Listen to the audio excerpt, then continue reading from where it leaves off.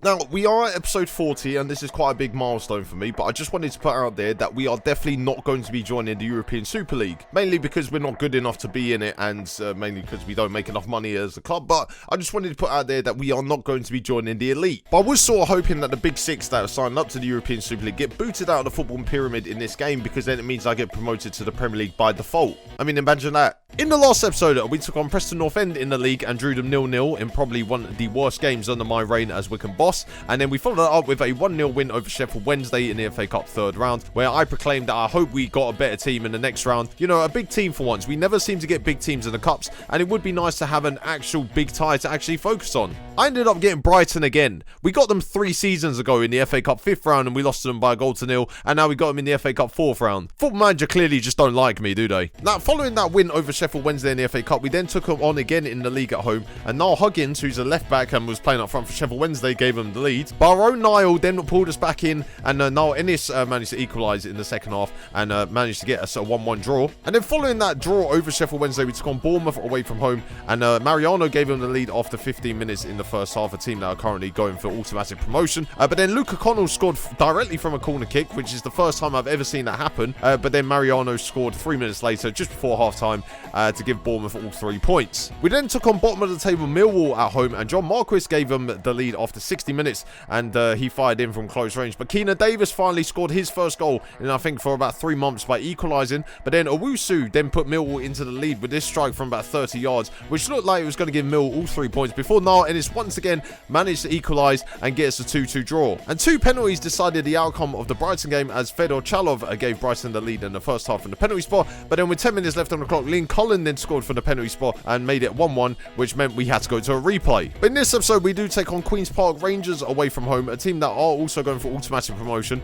and we have dropped off the playoff picture a bit, so we do need to get the 3 points here. I mean, to be honest, I don't think there's ever any instance where Football Manager says that we don't need to get the 3 points. Jose Mourinho, I am definitely looking at you, mate. Now, with it being the January transfer window, I knew I was going to be under a lot of pressure to keep my best players at the club, because, you know, a lot of teams really actually do want my best players, such as Niall Ennis and Josh Knight. And Southampton put in a bid of 1.7 million for Josh Knight, which I thought was very derogatory, so I put up his asking price about 4 million. But then Southampton came back a few days later with another bid of 3.1 million, and the chairman thought it was too good to turn down and decided to accept it on my behalf. But the 2 options I got given were protesting to transfer and resigning, and I thought, why would I resign when this is the best job I'm ever going to have in this save? So I decided to protest the transfer, and thankfully the chairman saw my side of the argument and then said that he was going to refuse the offer after all, which I thought was brilliant. That was until Southampton then came back a few days after that and then put in a bid of 4.1 million, which the chairman then accepted and then sold him a few days later.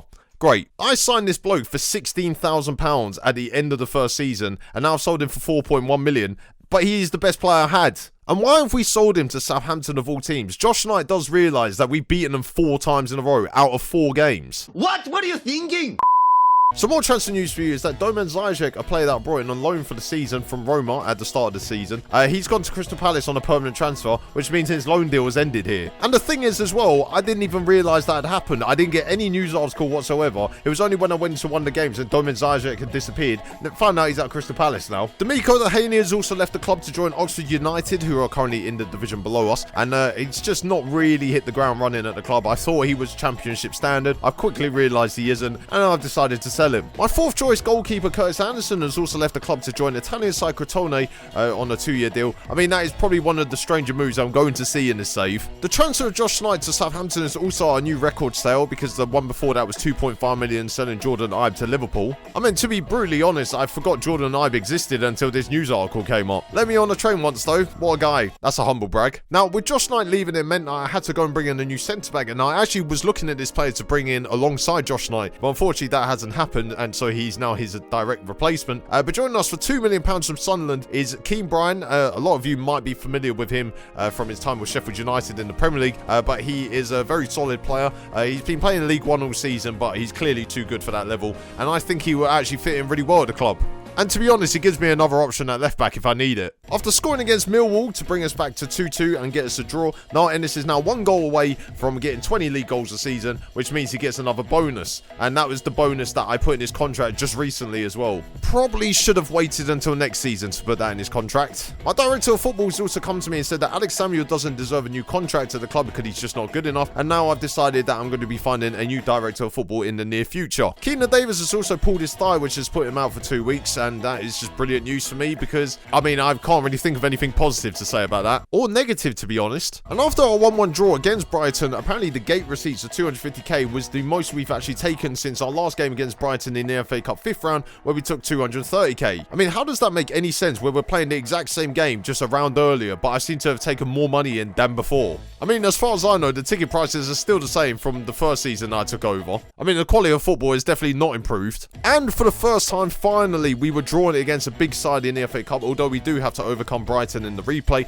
But we were finally drawing against either Fulham or Liverpool, and I really cannot wait to play at Craven Cottage next round. Finally, the big sides that I've been asking for since the start of the series. On transfer deadline day as well, Sean McLaughlin has decided he's going to leave the club at the end of the season to join Dundee United on the 2-year deal. He's been a fairly solid player for me, but I just don't think he's championship quality either, and I really cannot wait to get rid of him in 6 months' time. Now, we did make another signing on deadline day, and after selling D'Amico Dehaney to Oxford United, it meant that my right-back options were a bit limited. So we've brought in a new loan signing for the rest of the season, and Luke Matheson joins us from Wolverhampton Wanderers for the rest of the year. And as you know, once again, a lot of you may be familiar with him because he was the youngest ever player to play for Rochdale, and I think he played against Manchester United as well. So yeah, he's a very good option for us to have.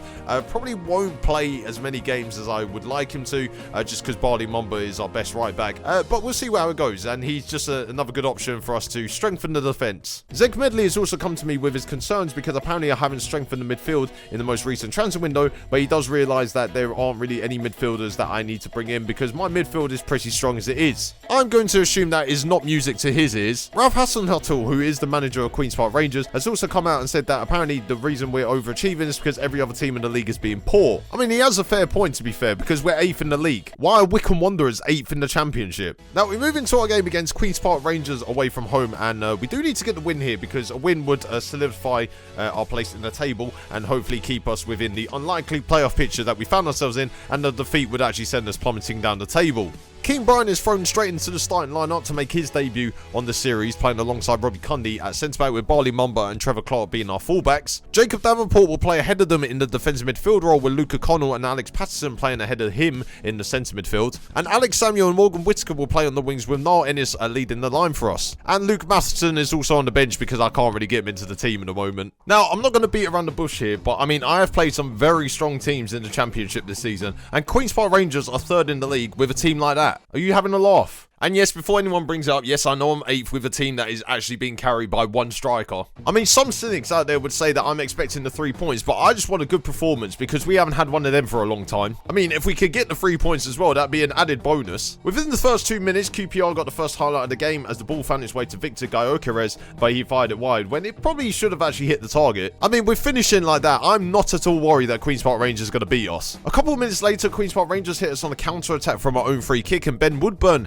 played the ball to Semi Ajayi on the edge of our box. Jacob Davenport then ran forward to go and tackle him, completely missed the ball, and then they played it through on goal and scored. £350,000 for that to happen. Hold on, let me just put that in the file of Proudy masterclass signings. We couldn't really get a foothold on the game, and QPR hit on the attack again as Ben Woodburn played the ball over the top of our defence, and Gyökeres hit another shot which the keeper thankfully saved. We finally got our first chance of the game after 15 minutes as Trevor Clark ran down the left-hand side and put a ball into the box which somehow pinballed around the box before Morgan Whittaker then fired wide from a tight angle. And as we were approaching the half an hour mark, Sean Morrison put a good ball into the box which Neil Ashley then headed over the bar, but Daniel Grimshaw was caught in no man's land. Semi Ajayi then put another ball into the box which we headed out, but Jacob Davenport failed to close it down. The ball managed to get back into QPR's possession. They knocked it about a bit, and then Victor Gyökeres found himself at the back post and fired it into the back of the net to make it 2-0. I mean, what on earth is Jacob Davenport doing? That is 2 goals that is his fault now. I mean, there's no wonder that he was playing for Bristol Rovers, who are below us in the league. And I thought it was a good idea to sign him as well. And of course, because, you know, this happens in every episode that I do, slagging off a player seems to make him actually play better,